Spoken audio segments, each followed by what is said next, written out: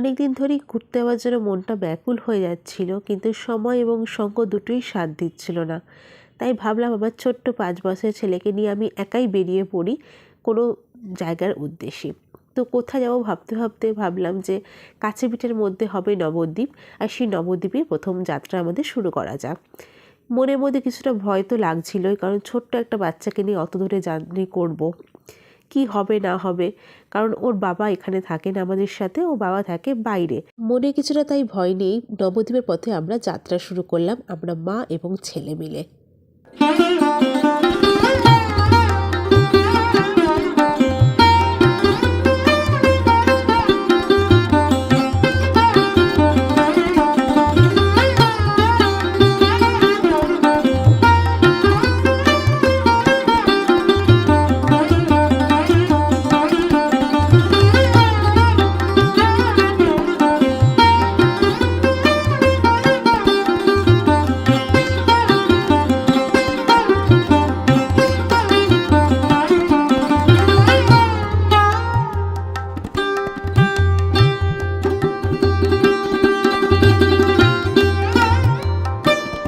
কৃষ্ণনগর স্টেশনে পৌঁছে আমরা প্রথমেই নিয়ে নিলাম হচ্ছে ফেরি নবদ্বীপ যাওয়ার, এবং ফেরি থেকে নেমেই আমরা একটা টোটো ভাড়া করে নিয়েছিলাম পুরো নবদ্বীপটি ঘুরে দেখার জন্যে।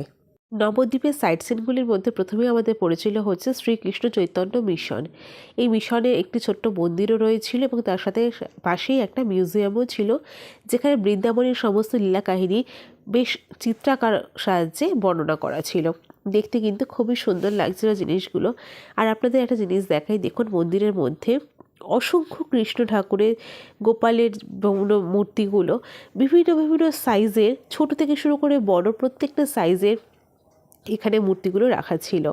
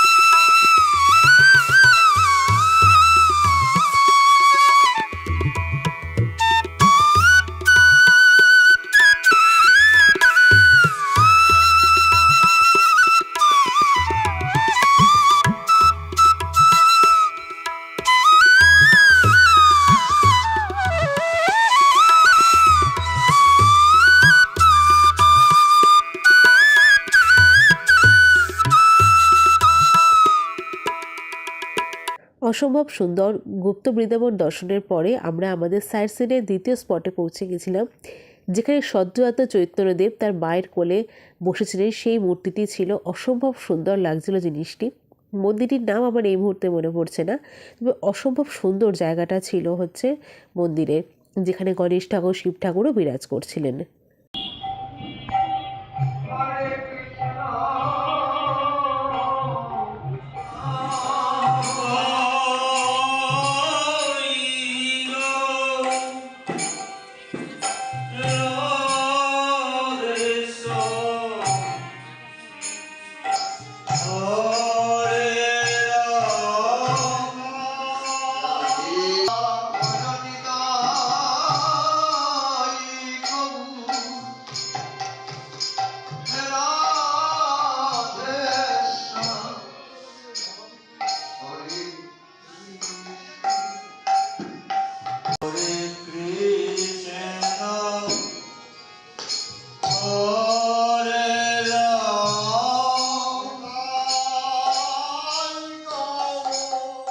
এরপর আমরা চলে গেছিলাম নবদ্বীপের নবনির্মিত 60 ফুটের চৈতন্যদেবের মূর্তিটি দেখতে। এবং এই মূর্তিটি দেখতে যাওয়ার পথেই কিন্তু ছোট্ট মতো একটি গুহা তৈরি করা হয়েছিল, যার মধ্যে দিয়ে আমার ছেলে যেতে খুবই আনন্দ পাচ্ছিল। আর দেখুন, যেতে যেতে একটু নাচও করে নিচ্ছিল, কারণ পাশে কিন্তু গান বাজছিল। তো সেই কারণে ও একটুখানি মজা করে নাচও করে নিল, যে গুহার মধ্যে তো আর কেউ নেই সেই কারণে। ও কিন্তু খুবই লজ্জা পায়, কিন্তু এখানে জানি না কেন খুব আনন্দ করছিল। ও হচ্ছে ঠাকুর দেবতাকে খুব পছন্দ করে, আর এই ধরনের জায়গায় ঘুরতে যেতেও ভীষণ ভালোবাসে। আর সেই জন্যই ভেবেছিলাম যে প্রথমে আমরা নবদ্বীপেই যাই, তাহলে আমার এই ছোট্ট বাচ্চাটি দেখে খুব মজাও পাবে, সেই কারণে। কথা বলতে বলতে দেখুন আমরা পার্কের ভিতরে প্রবেশ করে গেছিলাম, এবং পার্কটি কিন্তু অনেক ছোট বড় গাছ দিয়ে সুন্দরভাবে সাজানো ছিল। আর দেখে এত ভালো লাগছিল কি বলবো, সেটা আপনাদেরকে বলে বোঝাতে পারবো না। এবং পার্কের মধ্যে বিভিন্ন মাটি দিয়ে মূর্তি করে চৈতন্যদেবের লীলা অথবা কৃষ্ণের লীলা সমস্ত কিছু গল্পটা পুরোপুরি বর্ণনা করাও ছিল ওর মধ্যে বিভিন্ন মূর্তির মাধ্যমে। আমি যেহেতু পুরো গল্প জানি না, হয়তো কোনো গাইড দাদা থাকলে হয়তো সে সমস্ত গল্প বর্ণনা করতো। যেহেতু কেউ ছিল না, সেই জন্য আমি জাস্ট এই মূর্তিগুলোই দেখছিলাম, দেখে যতটা যা আইডিয়া পাচ্ছিলাম সেই ধরনের আইডিয়াগুলো নিচ্ছিলাম। আর আশেপাশে পরিবেশটা এতটাই শান্ত, আর হালকা একটা মিউজিক বাজছিল, এত ভালো লাগছিল। আপনারা যদি যান কিন্তু আপনারা বুঝতে পারবেন কতটা সুন্দর লাগছিল। আমি এখানে মিউজিকটা দিতে পারছি না, কিন্তু খুব মানে মন শান্ত হয়ে যাওয়ার মতো পরিবেশ একটা ছিল। আর এখানে বিভিন্ন স্ট্রাকচার করে বিভিন্ন গল্প বর্ণনাও করা ছিল, যেগুলো দেখলে কিন্তু আপনারা খুবই আনন্দ পাবেন এবং আপনাদের খুবই ভালো লাগবে। তো আপনারা কিন্তু একবার অবশ্যই নবদ্বীপ গিয়ে ঘুরে আসতে পারেন, যারা এখনও পর্যন্ত ঘুরতে যাননি।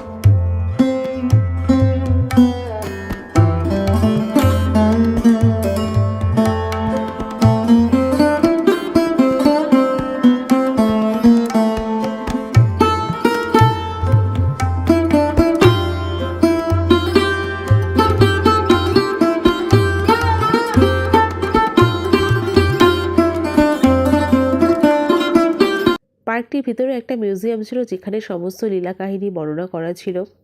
আর এখানে দেখুন এই লাড্ডু গোপালকে কত মিষ্টি লাগছিল, মানে মনে হচ্ছিল একদম আসল গোপাল বসে রয়েছে। তার সাথে রয়েছে নরসিংহদেব, যার গল্প এখানে প্রচুর বড় একটা গল্প রয়েছে, যেটাও আমার পুরোপুরি জানা নেই। আর এখানে দেখুন আরেকটি গোপাল বসে রয়েছে একটি দোলনাতে, যাকে কিন্তু দড়ি ধরে দোলানো যাচ্ছিল। প্রত্যেকটা মানুষ এসে কিন্তু দোলাচ্ছিল। বলতে গেলে দোলাটা স্টপই ছিল না, মানে দুলেই যাচ্ছে এরকম ব্যাপার। তো আমার ছেলে তো এটা দেখে ভীষণ আনন্দ পেয়ে গেছিলো। ও কিন্তু দোলাটাকে বড্ড ভালোভাবে দুলিয়েছে, আর মানে খুব মজাও করেছে।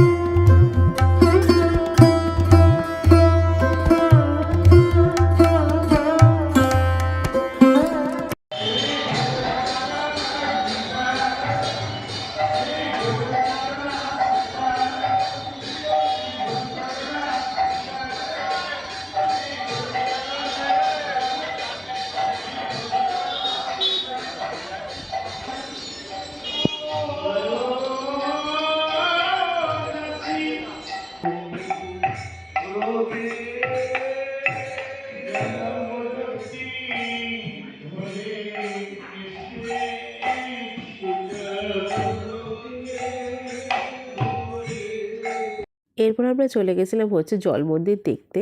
জলের মাঝখানে হচ্ছে মন্দিরটি, যেখানে প্রবেশ করা যায় না, তবে যে পুরোহিত এখানে পুজো দেন তিনি একটি নৌকো রয়েছে, সেই নৌকোয় করে মন্দিরে গিয়ে পুজো দিয়ে আবার ফিরে আসেন। তো এখানে দেখার মতো যেটি রয়েছিল সেটি হচ্ছে এই হরিণগুলি, যাদেরকে কিন্তু খাওয়ানো যেতে পারে। মন্দিরের বাইরেই কিন্তু বিভিন্ন খাবার, এই ছোটো ছোটো ফল কাটা, সবজি কাটা এগুলো বিক্রি হচ্ছিল, সেগুলো আপনারা কিনে কিন্তু এখানে হরিণগুলোকে খাওয়াতে দিতে পারেন। আমার ছেলে তো এগুলোতে ভীষণ মজা পায়, তো ওকে দিয়েই এগুলো করছিলাম। আর ওর জন্যই মেনলি এই জল মন্দিরের দিকে আসা। এইভাবেই আমাদের নবদ্বীপ ভ্রমণ সম্পন্ন হয়েছিল এবং শেষে কিন্তু ছিল অবশ্যই নবদ্বীপের বিখ্যাত লাল দই। আর আমরা এই লাল দই খেয়ে কিন্তু আমাদের বাড়ির পথে রওনা দিয়েছিলাম।